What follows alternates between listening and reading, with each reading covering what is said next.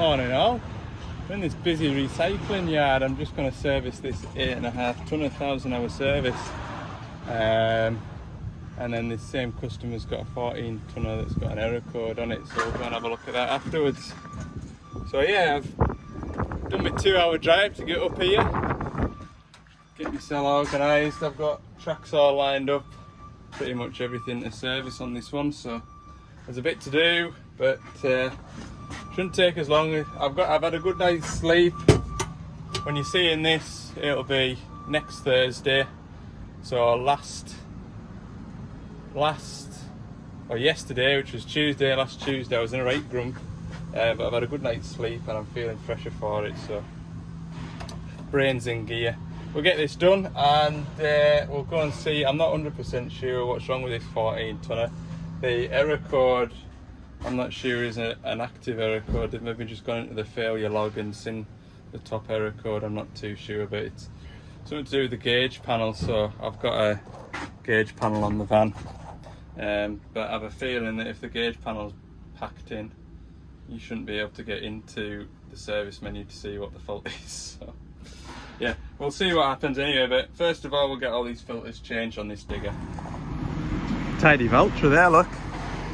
Where am I up to? Drained the engine oil, drained the hubs. I'm just going to start on the engine service, which is pretty much the majority of the service. There'll be a return filter and a pilot filter.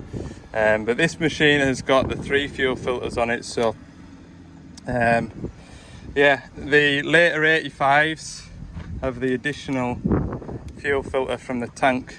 Why, I don't know, but it does catch it out if you get a service kit and don't sort of double check the serial number range. You can be caught out by that. I have been caught out myself, but no, just talking to the owner there, just everything seems to be okay with it. There's nothing untoward. Got directions for my next machine, and it sounds like it is the gauge panel because it sort of freezes up or it just goes black. Come across that issue before, so we'll talk about that when we get around to it anyway. But yeah, should be a nice steady day. Sun's out, there's a nice breeze, you'll probably hear it in the footage. It's keeping us cool anyway. Right, I'll probably put you on a time lapse, so we'll get this battered off, and then if I come across anything I'll show you.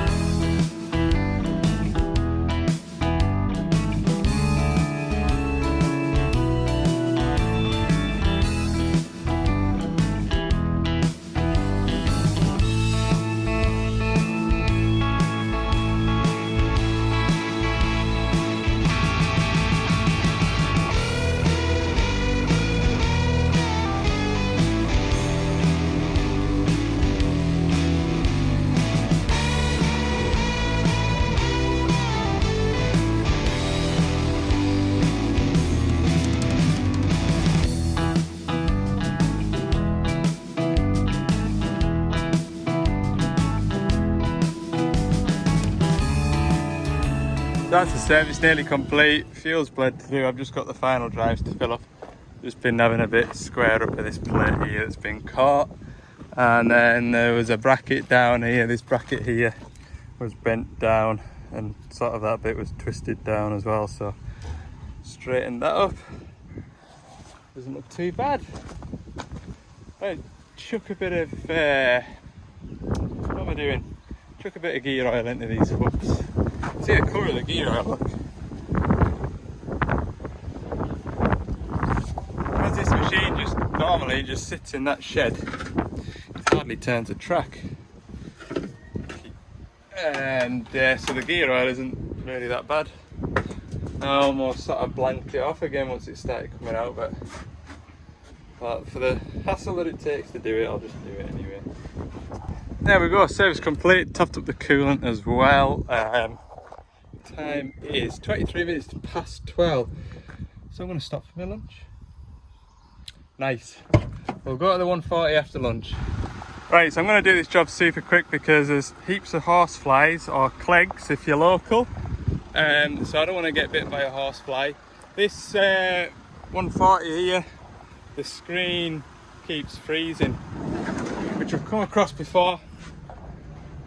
And this is the answer, new screen. Well, this is a new screen, it's a Remand one that we've done. Basically, there's a certain serial number range on these screens here, and the chips inside them aren't good. So basically we take a screen off, fit it with a Remand screen, and then that screen that we've taken off, we'll put a new chip in it, and then that'll do for another job. So yeah, it makes it nice and easy. 2 plugs, 4 bolts. I just need to get the dash panels off. And like I say, super quick because the flies are unreal. Right, so I don't take this dash cover off, it's got enough flex in it just to pull out the way. Now I just need 4 bolts in the back of there, 2 plugs, and swap it out with that one. Another reason to be quick, it's raining. Bless him, he's just shut the door on us in here, and he's shut the door on my van as well. That's it, finished anyway. As you can see, the screen's working. I've just finished setting it all up, doing the time and the date, machine serial number.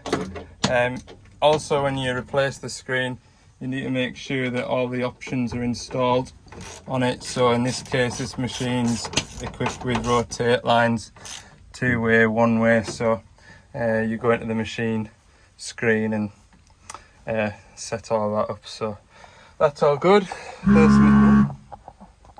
That's where the seat switch is. That's all good, that's all changed. Put these plastic clips back over the screw covers. That's that one. Oh, done. Okay, jump back in the van, I'll have a chat to you. There he goes, marching back into the wood. He's on with brush raking at the moment. So yeah, I'm gonna, on my way back through to Carlisle now. What time is it? 2 o'clock. This is stress that I don't need today. I've got a 210 with a pinhole in the top pipe that goes onto the dipper ram.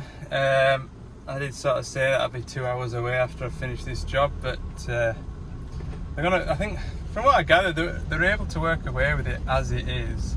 So what I need to do is get there before 5 o'clock, get the measurements of the pipe and the fittings that's on it, phone that to the hose spot that I use.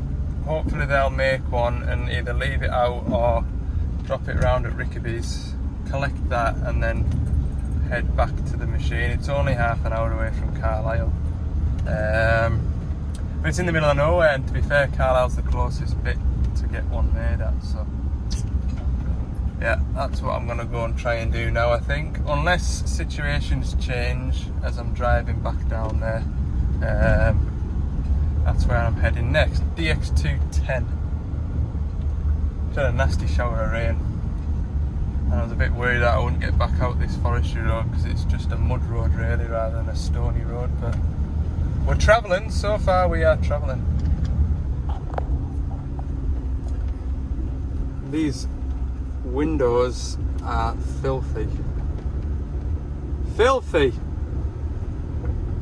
This is the bit where I need to take my time because there's bits of stick and all sorts sticking up out of the ground.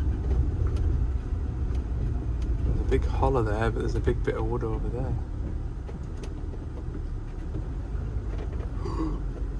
Oh, that, I heard that. Oh. Oh.